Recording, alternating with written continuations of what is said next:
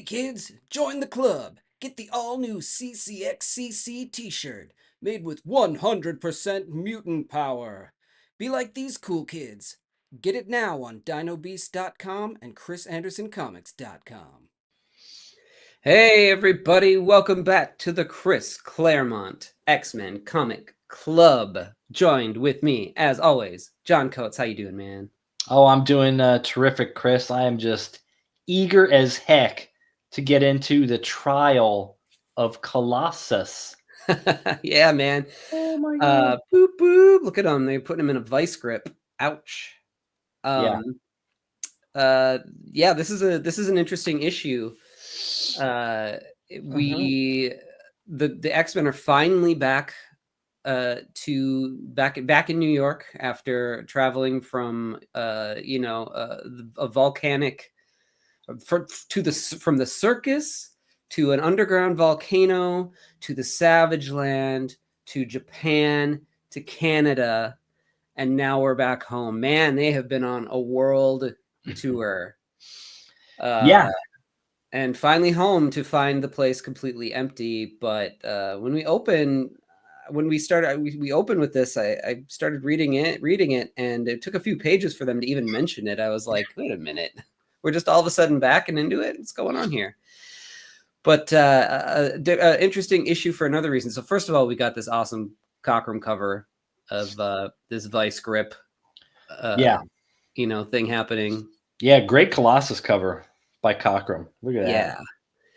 I feel like his style looks a little different here, it's evolved a little bit, but maybe it has been over the covers in these last few issues.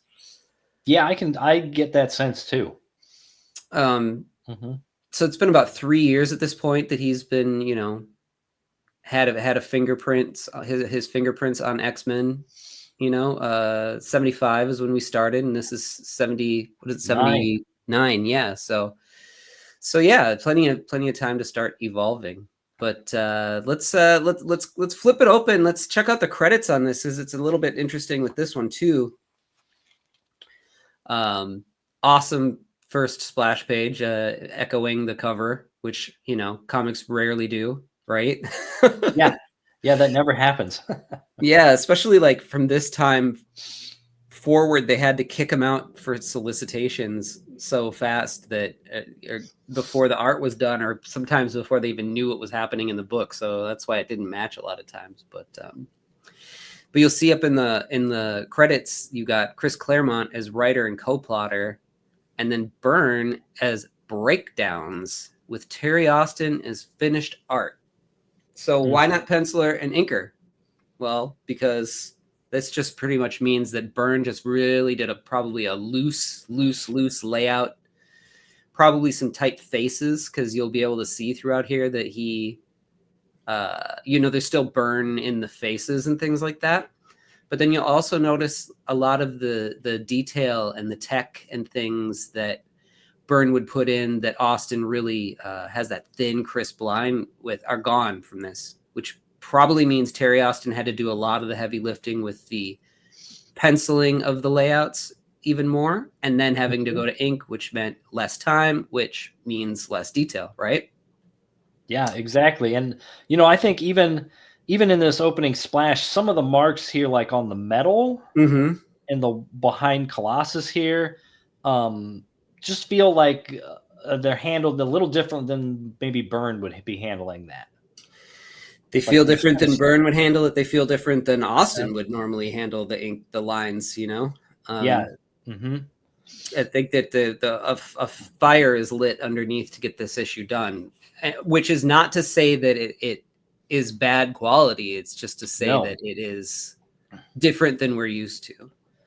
Yeah, and it makes me wonder what maybe Byrne was working on another book this month as well, like, because there were times where he would do, if issues of Avengers here or there, or some other kind of stuff, or Power Man and Iron Fist, and things like that. And I don't know if this issue actually coincides with any of that, but I know there were times where he was doing multiple things.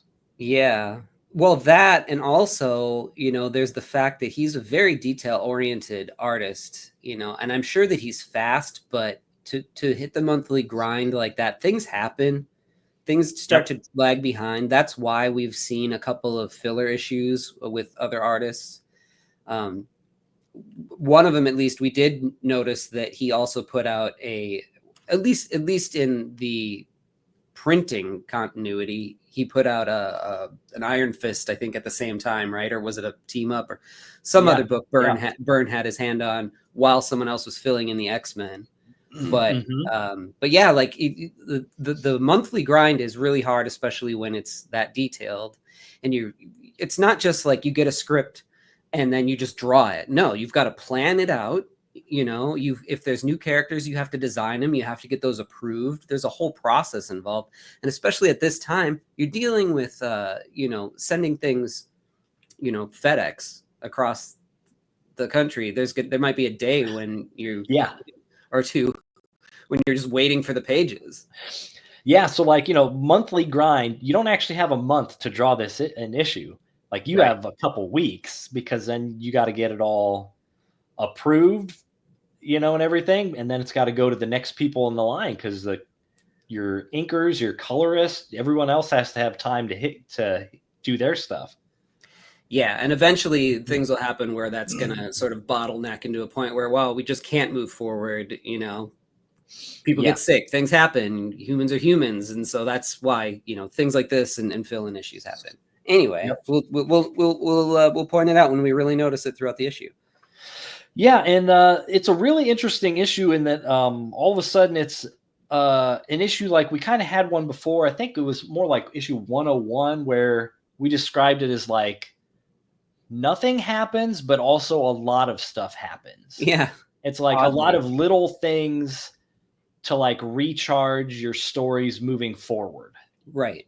Is kind of what it feels like. Yeah. It's like a battery issue. Yeah. Yeah. And so we start off here just like the cover.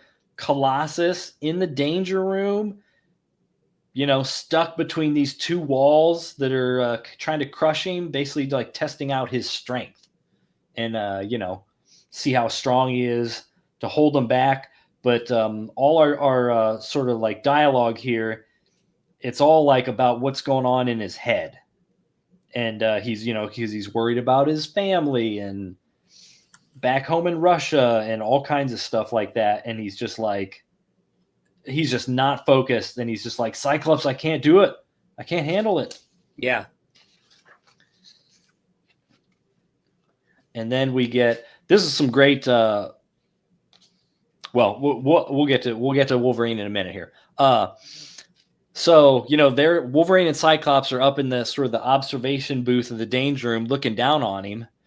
And they're just like, what's going on here? Like, this is nowhere near like the limits of his strength. And he's just struggling, like he can't do anything. Yeah. And Wolverine is the one who's like, he's on it. Like he's been really perceptive as to what's going on with Colossus. And he's like, he's been fretting ever since we tussled with Magneto, worrying about not pulling his own weight. And that's something we've seen the last couple issues.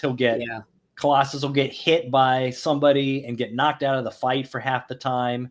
And he keeps coming back worried, like, I'm supposed to be like the heavy, strong man, and I just can't do anything. Exactly. Yeah. And so Cyclops is just kind of like, well, like, what are we going to do about it? And here Wolverine, as he's looking down, you see this little snikt at the bottom. I love that.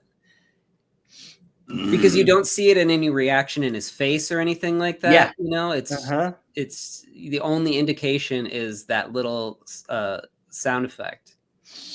Yeah. And then this is a great little bit of like sort of psychology between the two. Cyclops is like, well, if he's got a problem, why doesn't he talk about it? And Wolverine says, if opening your head to the world was as easy as that, Psych, you'd be in a lot better shape than you are. Yeah, look at that. Look at that little shit grin on his face. Yeah, just like, ooh, that's some good shade you just dropped on him. Yeah. Speaking of shade. Yeah.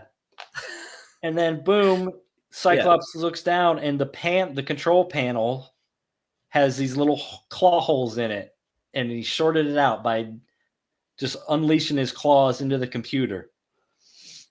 So then here comes Wolverine, and he just busts into the danger room, and now Colossus is yelling like, no, you can't, you got to get out of here. It's not safe. And he climbs into the press. Yep. With them, and Colossus, now he's like, if you don't get out of here, you're going to be crushed. And Wolverine says, everybody dies, Petey, sooner or later. Might as well be with a friend. Oh, man. And then he basically lays it out for Colossus, like, hey, the rest of us were loners, but, you know, you had a family and stuff, and you're just homesick, man, and you're letting it tear you up. Yeah, that's been kind of a thing that they've been bringing up quite a bit, that he's the only one who really has any personal connections outside of the team. Yep. Yeah, and it's great that like Wolverine just kind of nails it, just right on the head, and he comes right out and says it. And it's just like, you know, then Colossus just like reacts, and he just like boom, and just destroys the press to sort of save them both.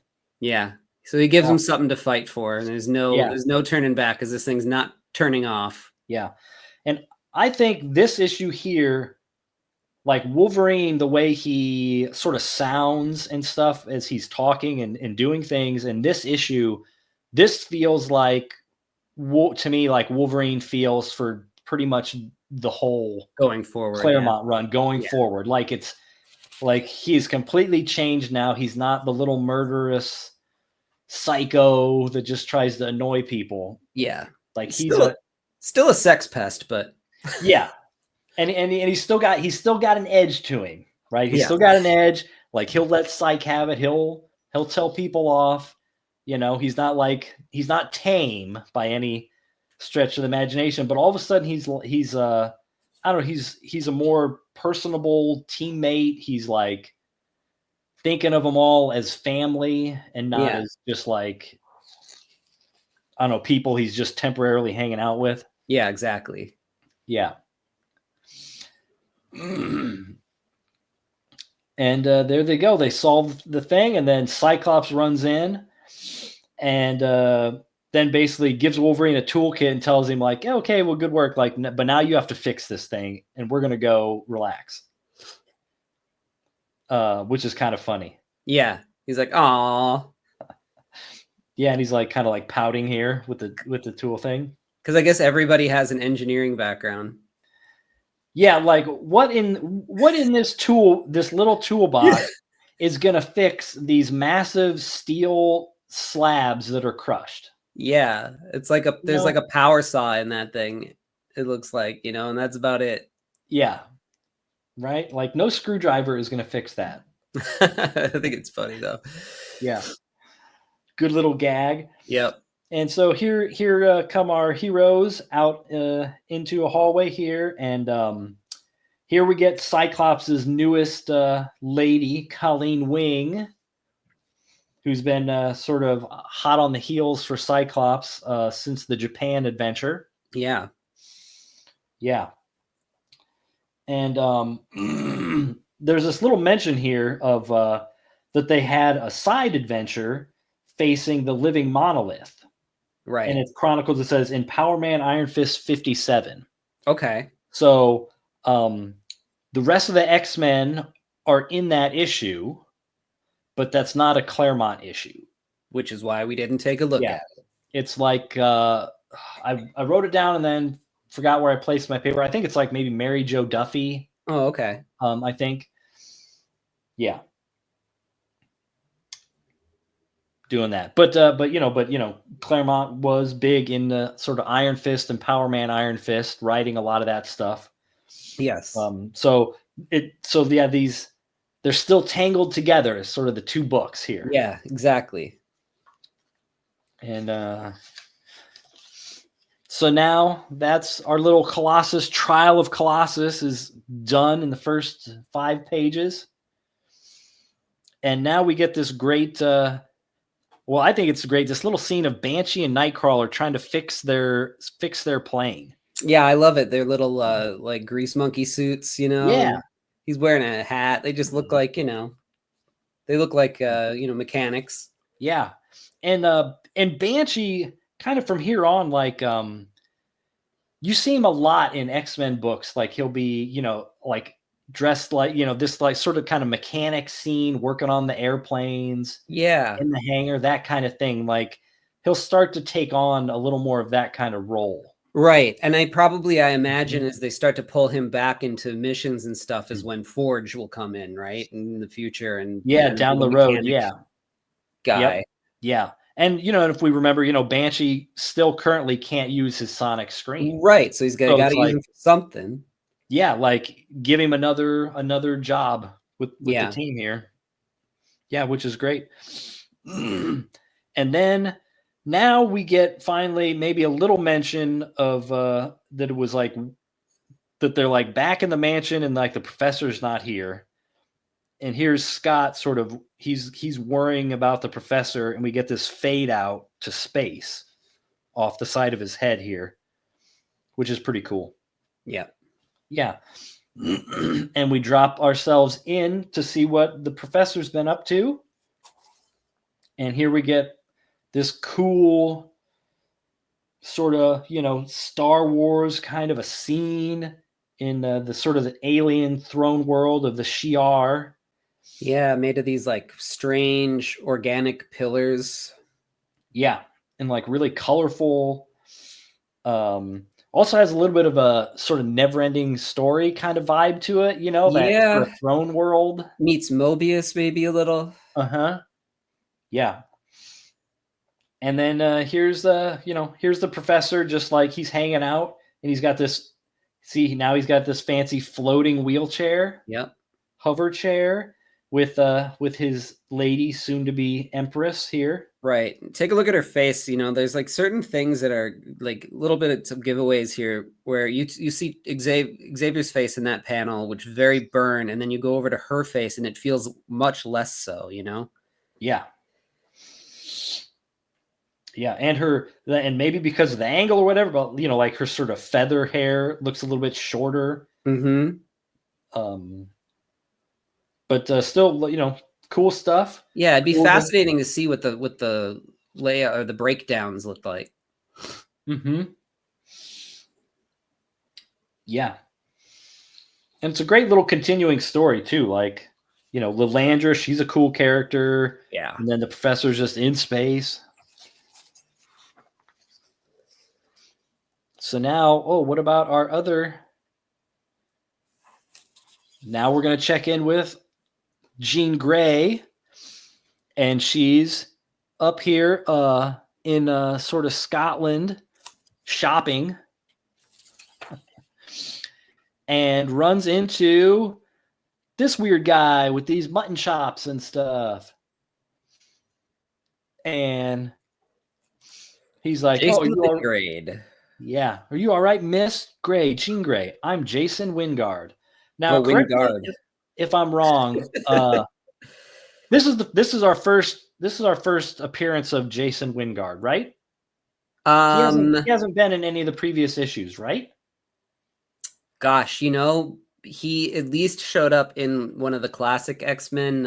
He's been in the backups, but not the. Yeah, I don't think that he's been in a regular issue yet.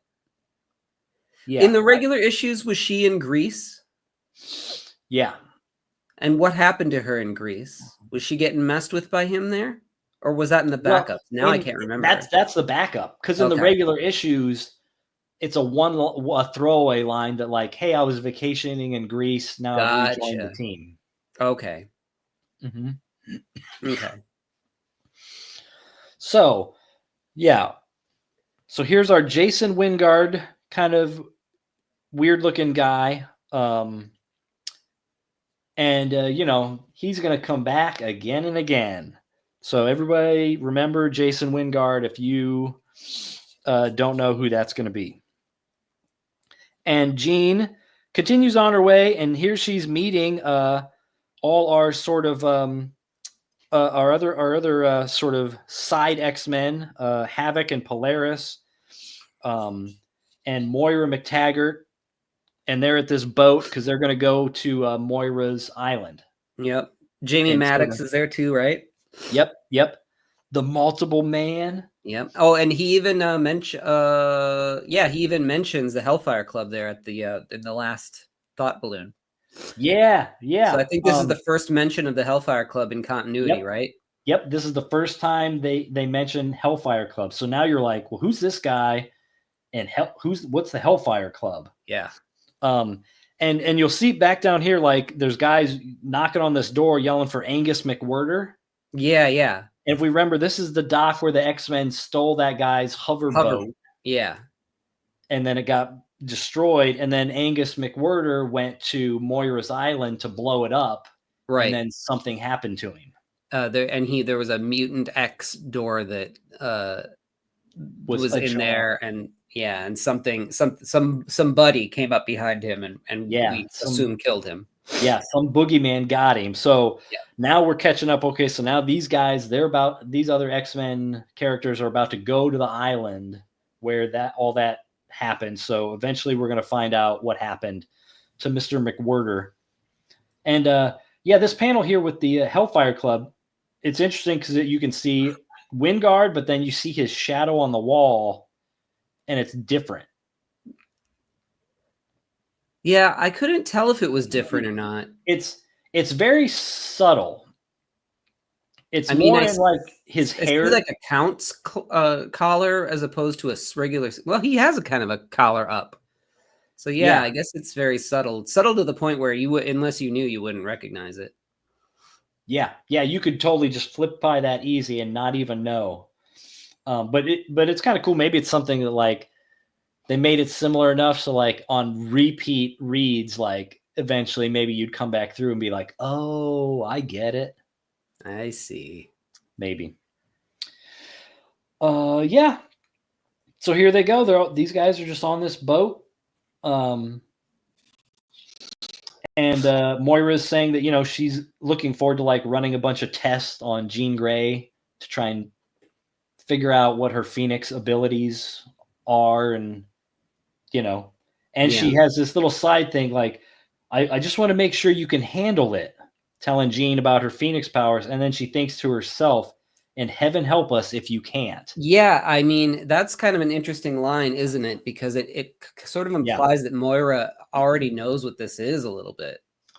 Yeah, or that she's the first one that has indication that she's scared of Jean if she can't handle the power. Right. Because Jean has given us indications that she doesn't know if she can handle her own power. Yeah. And she's afraid of it. Yeah. And now we're getting like Moira is like Moira's afraid too. Right. Yeah. So that's really cool. And now we get back to New York, and Cyclops had to go to the phone company to get the phones reattached at the mansion.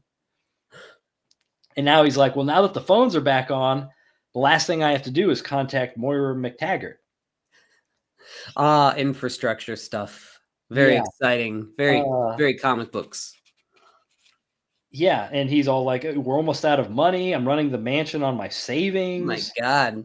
But Moira's like an executor of the professor's estate. Like he's like doing all this like normal, kind of stuff. It's funny because they never really say where they have an infinite amount of money, and they never really say where Charles' money came from. And then you see like with the page on the left, you see Jean, off on her own, la-di-da. Oh, I just did some shopping. Look at all those packages she's holding. Like, where is Jean getting all this money from? And then you try to like suspend all that and just go with it. But then like Scott brings it up, and it makes you think about it even more. Yeah, because like in Avengers comics, they always mention that like they get like a stipend. Yeah. And they have Avengers credit cards and stuff. That's all from like Tony Stark's money. But like they never like get into that in X-Men, other than like the professor's rich, so maybe he gives them a stipend that pays out or something. I don't know. Right. Yeah.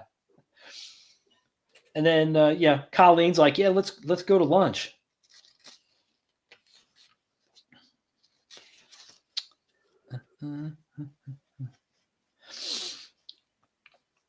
So, yeah, you brought up early. It's interesting that like they're back, like they finally get back, but they don't just dive right into like this big like, where is everyone? I can't find them. Like, why is everything shut off? What's going Yeah. on? You know, it's just kind of like they've been back for like, I don't know, a week or two or something, and they're trying to just get on with their lives. Yeah, it's goofy. It's goofy to hit that. Like Scott's come back and they just they just assumed that Beast and Jean are dead at this point still. Yeah, you'd think at some point they would have like contacted like, I don't know, like a family member or something to be like, okay, well, where's Jean's the family, gravestone? right? I want to visit the grave site. Yeah, Something like that. And then you'd be like, there is no grave site. yeah, you got to let it go. You just got to Yeah. let it go. What are you talking about? He's in Jean's in Scotland. Scotland. What are you talking about? Grave site. So, Colleen and Scott are going to get some cream sodas, you know? Yeah. And Scott's just moved on. Yeah. Oh, but look at this comic section here in this yeah, spinner rack. Diner, spinner rack and everything. Yeah. Nice. And this is like a nice little moment. Like Cyclops is asking Colleen, "Am I stuffy?" And she's like King Tut's tomb, sport. Yeah. Like he's trying to figure out like how to be like less uptight. So now we get, now we're gonna jump to another little side story to see what's going on with Storm, and this is kind of interesting. So Storm is going to basically Harlem to visit the building where her parents lived in before they all moved to Egypt, right, when she was a baby. Sort of trying to like connect to her past, connect to her sort of her parents in some way, you know, because she's mentioning about like, oh, this is where like they fell in love and I was born here and started a family, but of course the building has sort of turned into this like slum, right, in the years since. And Wolverine kind of drops her off, and he kind of like says like, you want me to come with you? You know, this is kind of maybe a rough neighborhood. And she's like, no, I'm gonna be fine.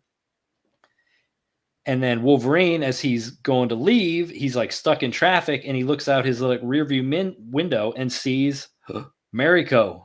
Yeah. So he just ditches his car on the road. Yep. And just like hauls butt over here to this. It's like a consulate. Yeah. Like Japanese consulate. Yeah. Yeah, he can ditch it. It was just the professor's Rolls Royce anyway. Yeah, I'm sure he's got more. Like, who's gonna steal that? And yeah, he's like, I'm her friend of Miss of Mariko. Like, please tell her like I'm here. And they're like, I'm sorry, Mr. Logan. She can't be disturbed. And they just slam the door in his face. And he's like, okay, bub, I can take a hint, but I'm gonna be back soon. So now we get a little intrigue with Wolverine running into his potential Japanese girl crush here. Yep. And now we're back to Storm, and everybody's like in Harlem's like gawking at her because she's like, you know, she's tall, she's got white hair, she's got these crazy eyes. Mm-hmm. Big white fur coat. Yeah, not conspicuous at all.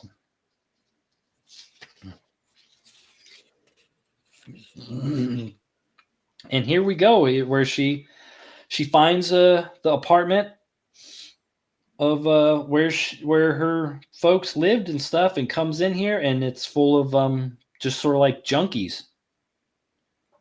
Tons of graffiti all over the place. Yeah, I was trying to read some of the graffiti. It's kind of funny. Yeah, there's a kiss poster, and under it's like Jive Turkey. Yeah, it says Froggy, Chris 76.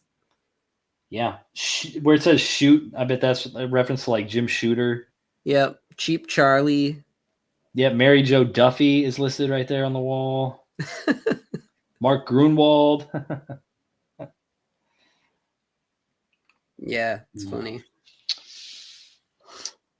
Yeah, not a good looking place. No. And she tries to just be like, oh, I don't mean any harm. And of course, these kids are all like, wired out of their mind, and they start pulling out knives. Yeah, I think it's pretty funny that these people are also all supposed to be on heroin, but they're like ready to jump up and knife. Like, they got a lot of energy still. Know your drugs, man. Mm-hmm. Is she Heat Johnny? And this is interesting because so this is issue from 79. Yeah. When did that Spider-Man drugs issue come out? That was like a big deal. Oh, was that the one that the police handed out to kids? Well, isn't there one where they ran it without the comics code? I mean, yeah. There's the DC one where Green Arrow's sidekick was a junkie, and they ran that. Well, they're both either way. Both of them were in the 70s at some point, but I feel like it was a little before this. Yeah, they must have been before that. And then now, there's sort of this drugged in kind of scene in X-Men, right? And it's still kind of like sort of a taboo thing. Yeah, like at the time in comics.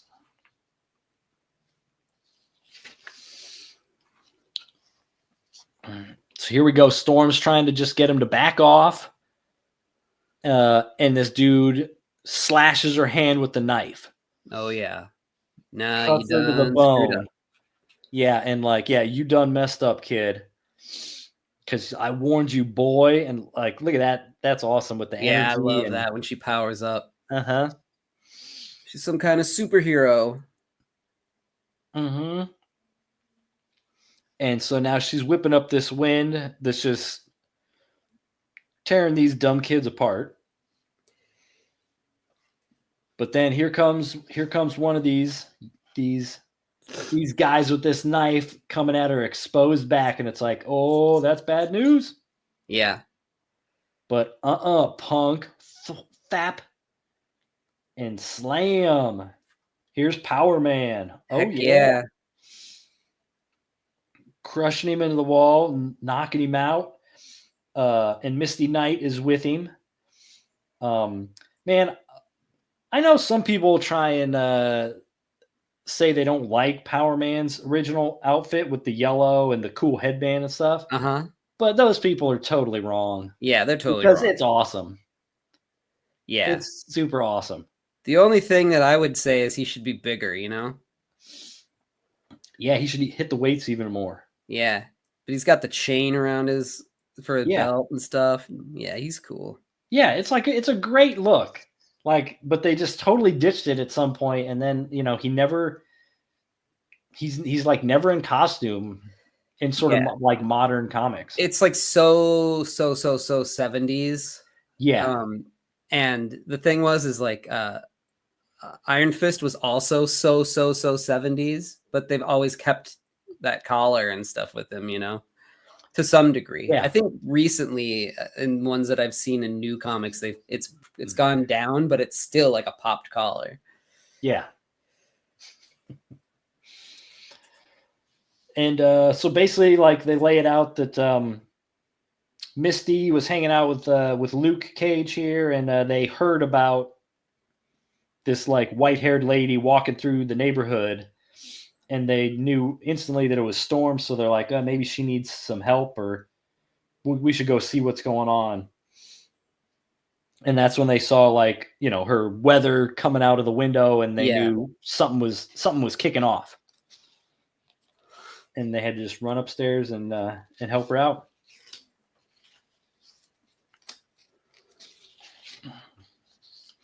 See, if only Luke Cage was like a mutant, he could have joined the X-Men at some point. Yeah. Would have been awesome.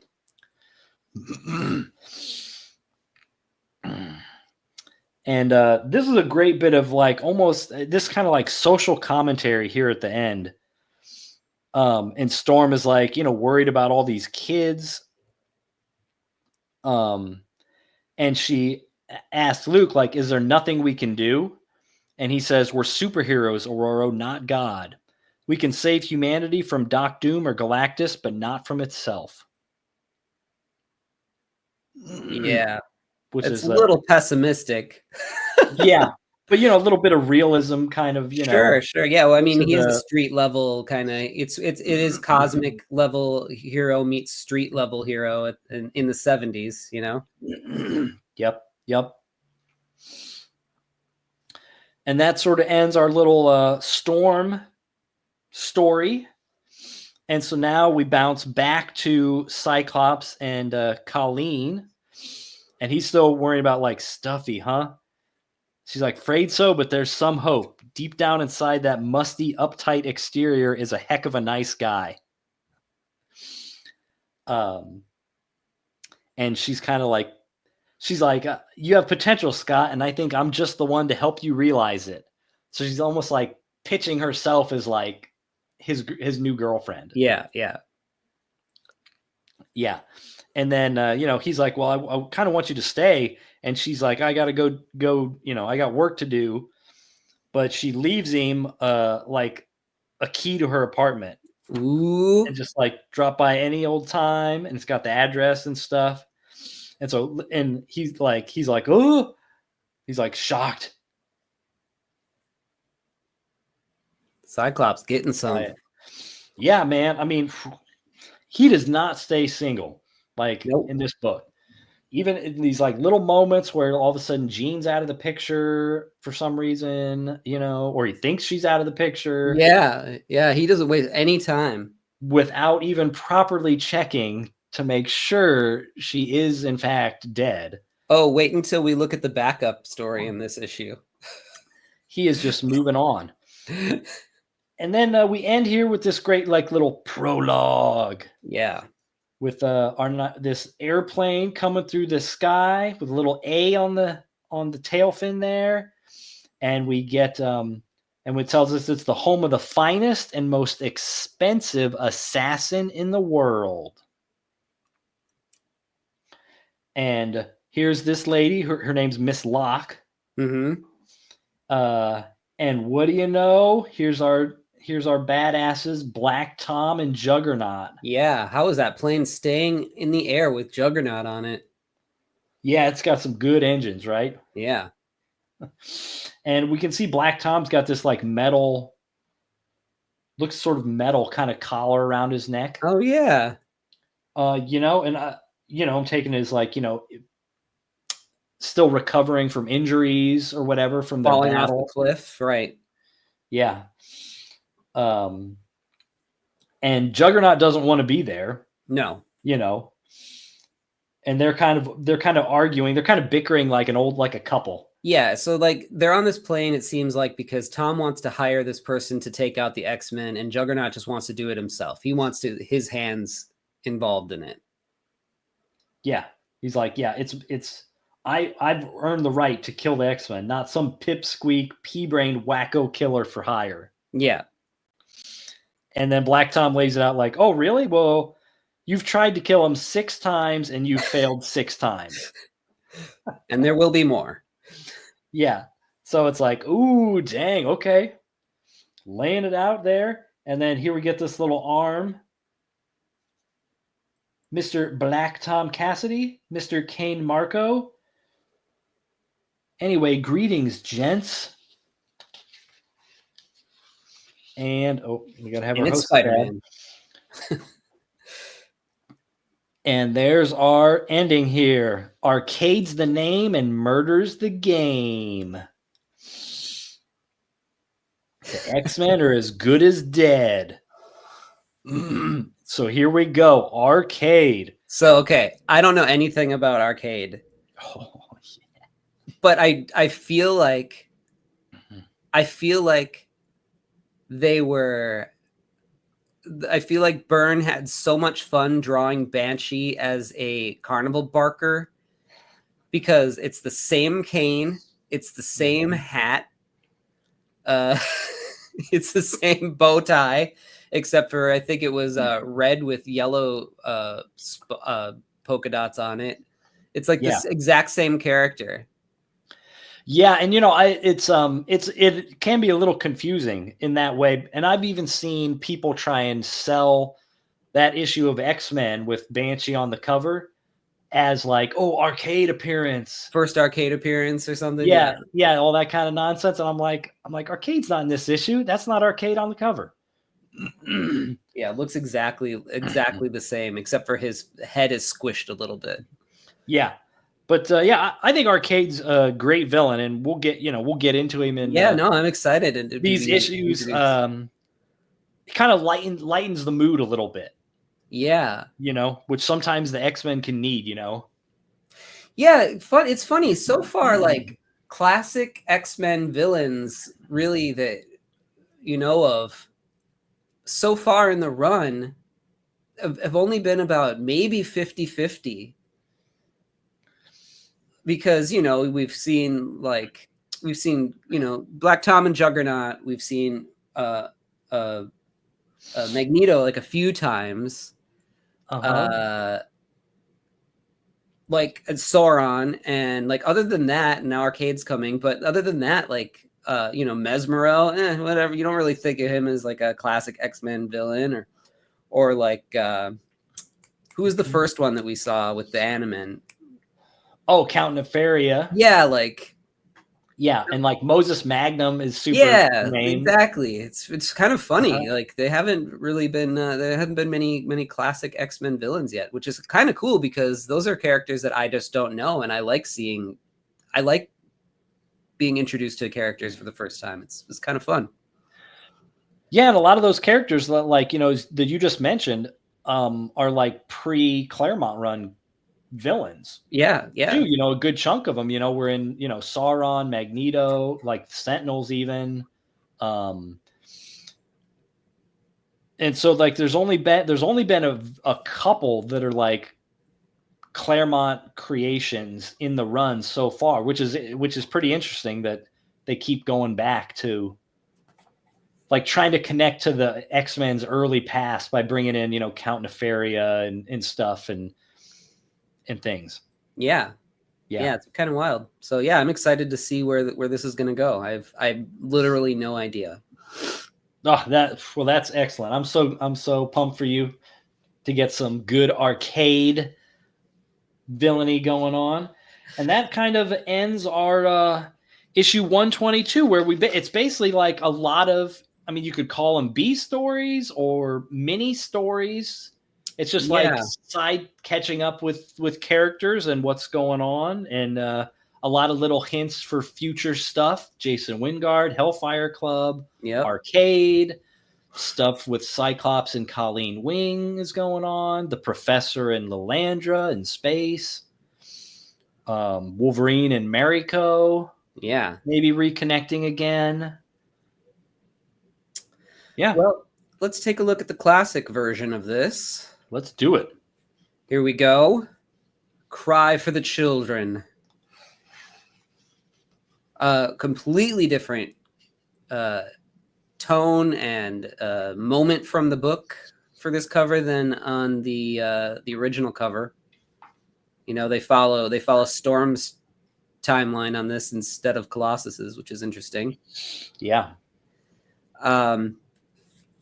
And then here's the inside. This is Kieran Dwyer. Okay, Kieran Dwyer. Yep. Here's the inside. Ooh, two images on the inside cover now. Look at that. He has to fix it here with the toolkit. Oh, that's great. That's awesome. And then interesting, for the first time here, Claremont's not writing the backup. Actually, it's Ann Nesenti.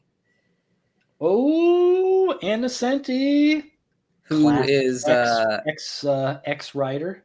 Yeah, and editor. Mm-hmm. So Bolton is firing on all cylinders in this issue.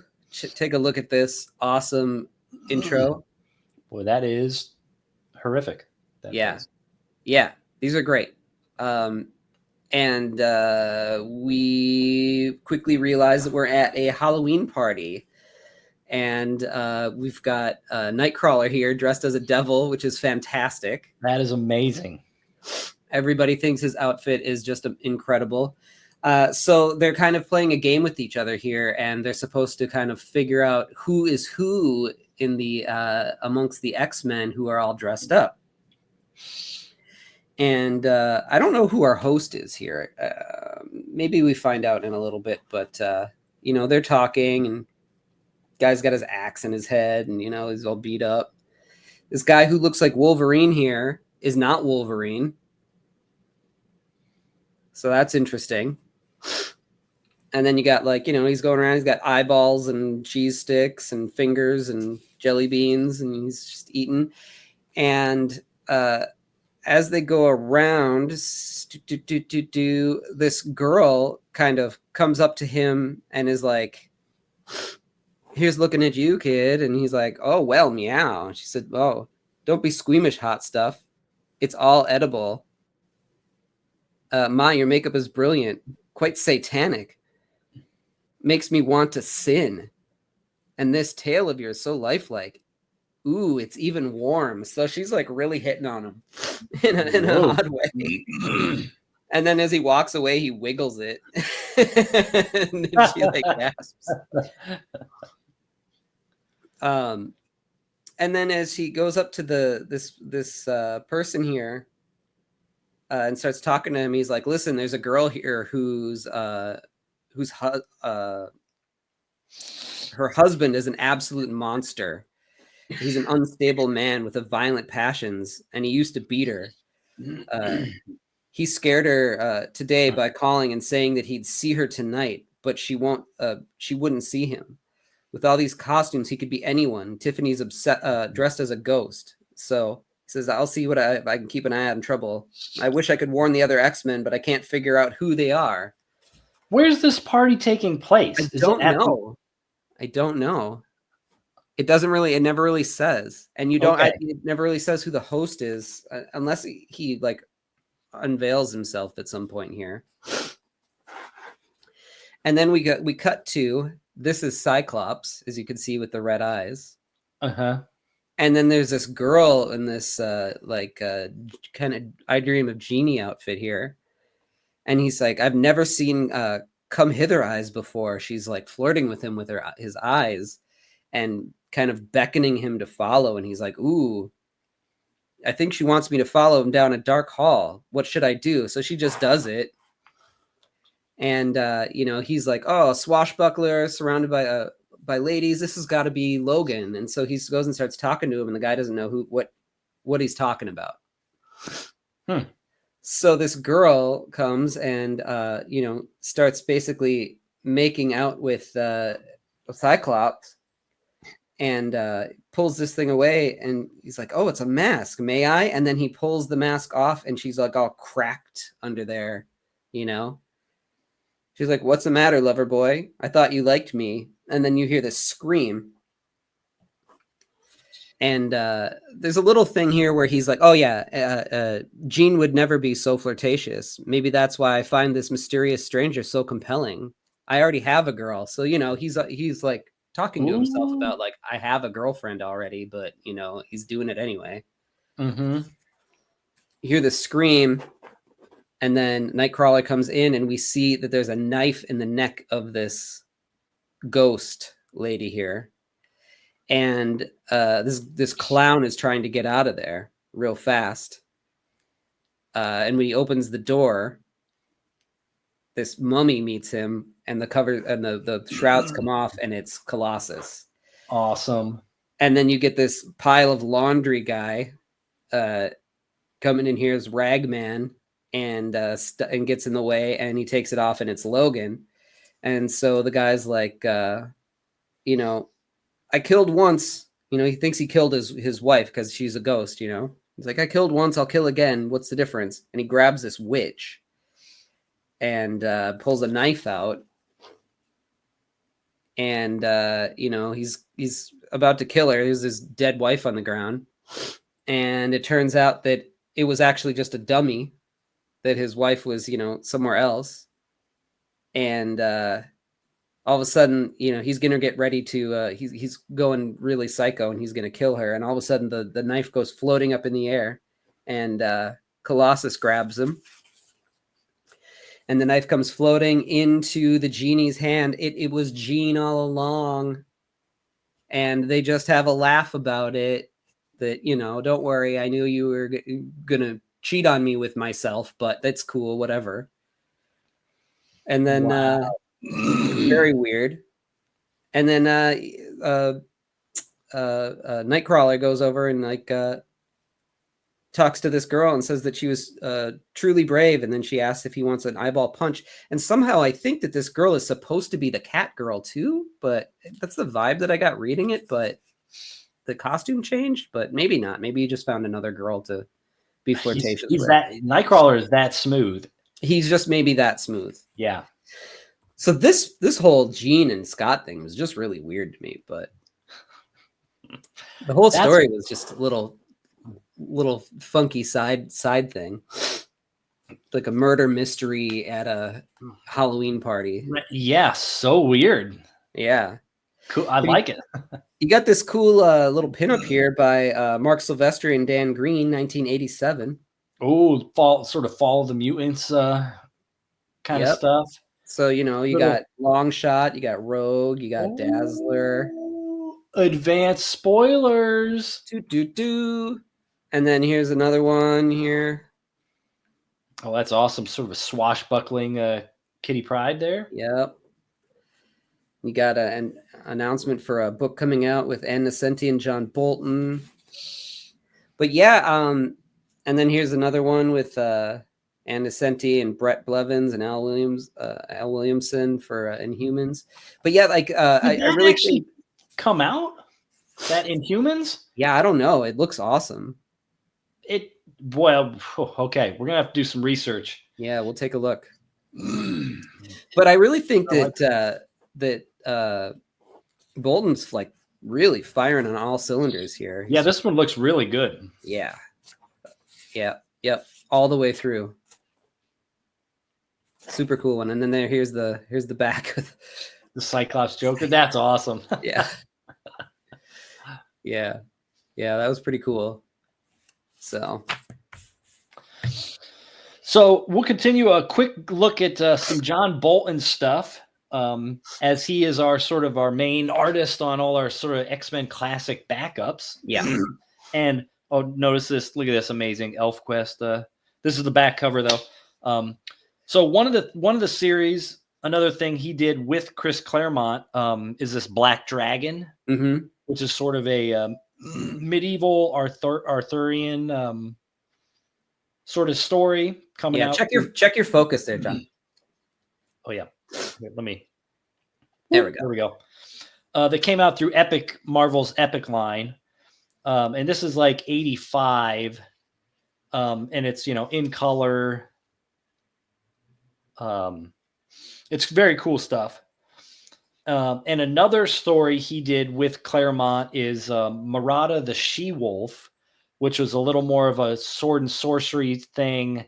And I believe that was in maybe like Epic Illustrated magazine or something. And then it got collected eventually.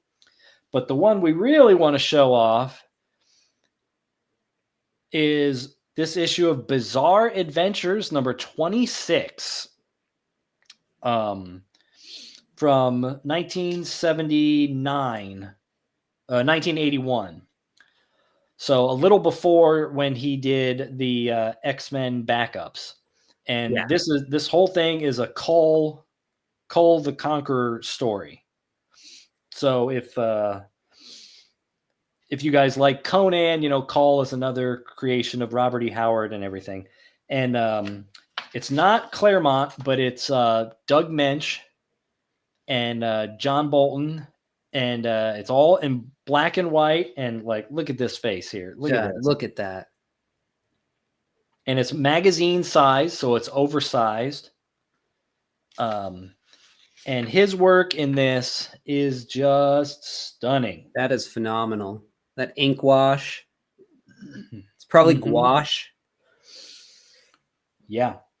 And it's very his art in this is very sort of classic, like Frank Frazetta, Hal Foster. Yeah. You get a bit in some of it. Yeah. And I'll just kind of flip through some of these pages here.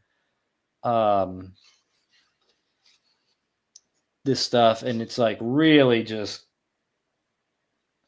going for it.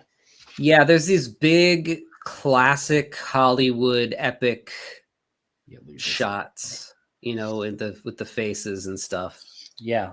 And like the way, like the body, like this dude getting hit and the leg kicking back. I mean, that's so like Frank Frazetta. Mm-hmm. From like Frazetta's early comic work and stuff. Yeah, putting so much of a body in shadow like that is total Frazetta. And it is, yeah, it's just terrific. It's a great story. It's a great read. So's losing the feet like that top one. That's Frazetta.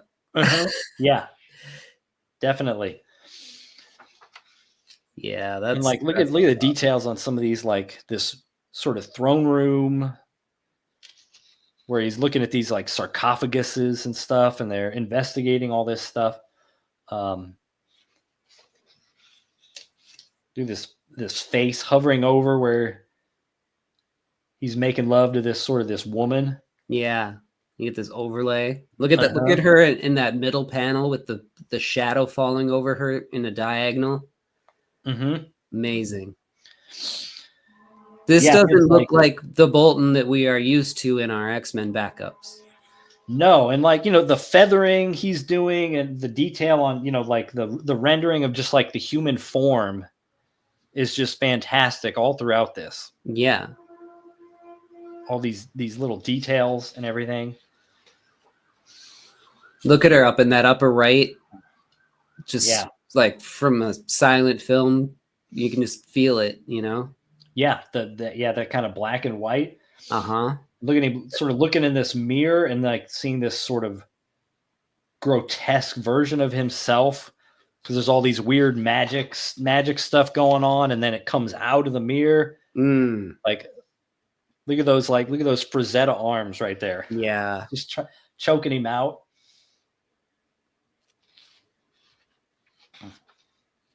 That transformation shot is amazing. Yeah, look at this. And me. Uh-oh. Dang.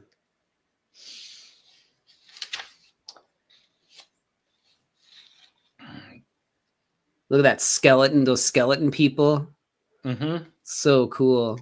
Yeah, when I first I saw like I saw like somebody maybe posted like a picture or two from like the interior of this thing, and I was like, what is that? Yeah, what is that? And so I went and I got one, and like, I mean, this is way better than anything that ever showed up in Savage Sword of Conan, any of that kind of stuff. I need to find this. It is just amazing. Look at these great, just giant battle scenes, and there's like heads getting caved in because all these like zombie guys, you know, it's all these like half skull. You can cave a head in as long as it's pre-dead. Yeah, he was pre-dead and then undead, and then he's post undead dead. No, these are just great.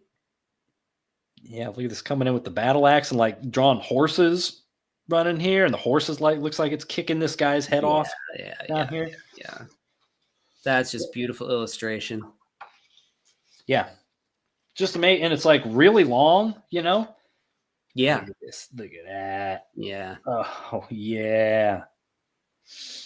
This dude come falling off this wall, like it's a great like violent image with like just in the way the figures falling there, you know. Yeah, you feel the weight and the motion of it.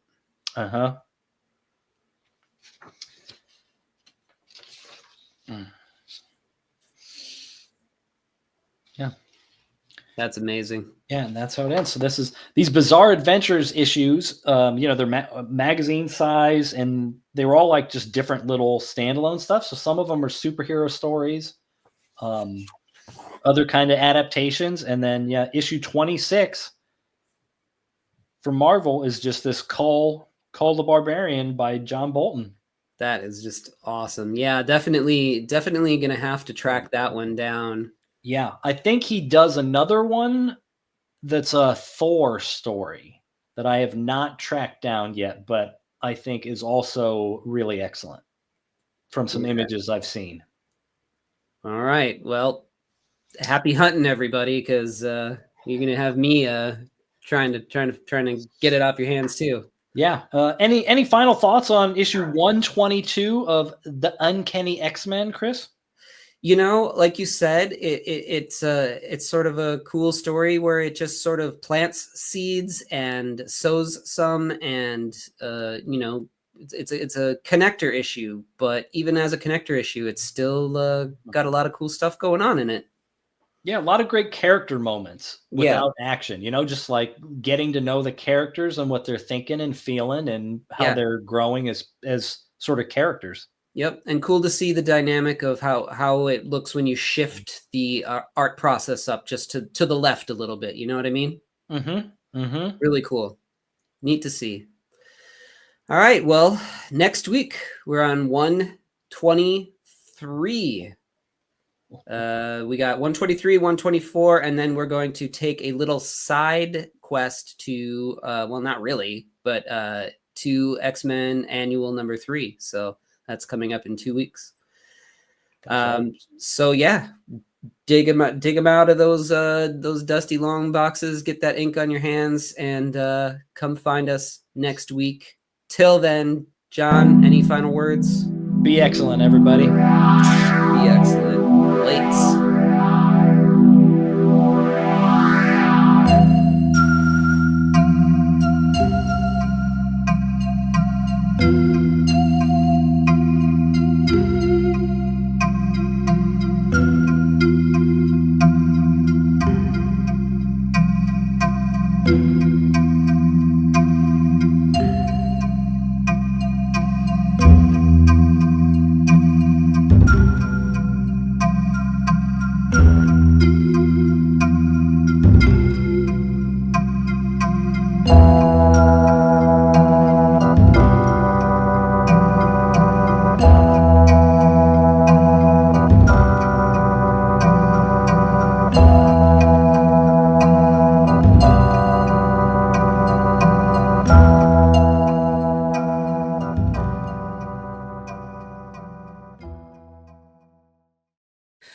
Check out DinoBeast.com for all things John Coates like Dino Beast, Ninja 4, M.L.F, Berserker, and more. ChrisAndersonComics.com is where it's at for books like Chaotic Neutral, Spectral, A Showcase of Fear, Lost Angels, and more, plus apparel and original art.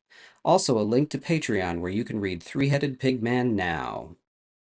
Don't forget to like, subscribe, and hit the bell icon. We'll see you next time on the Chris Claremont X-Men Comic Club.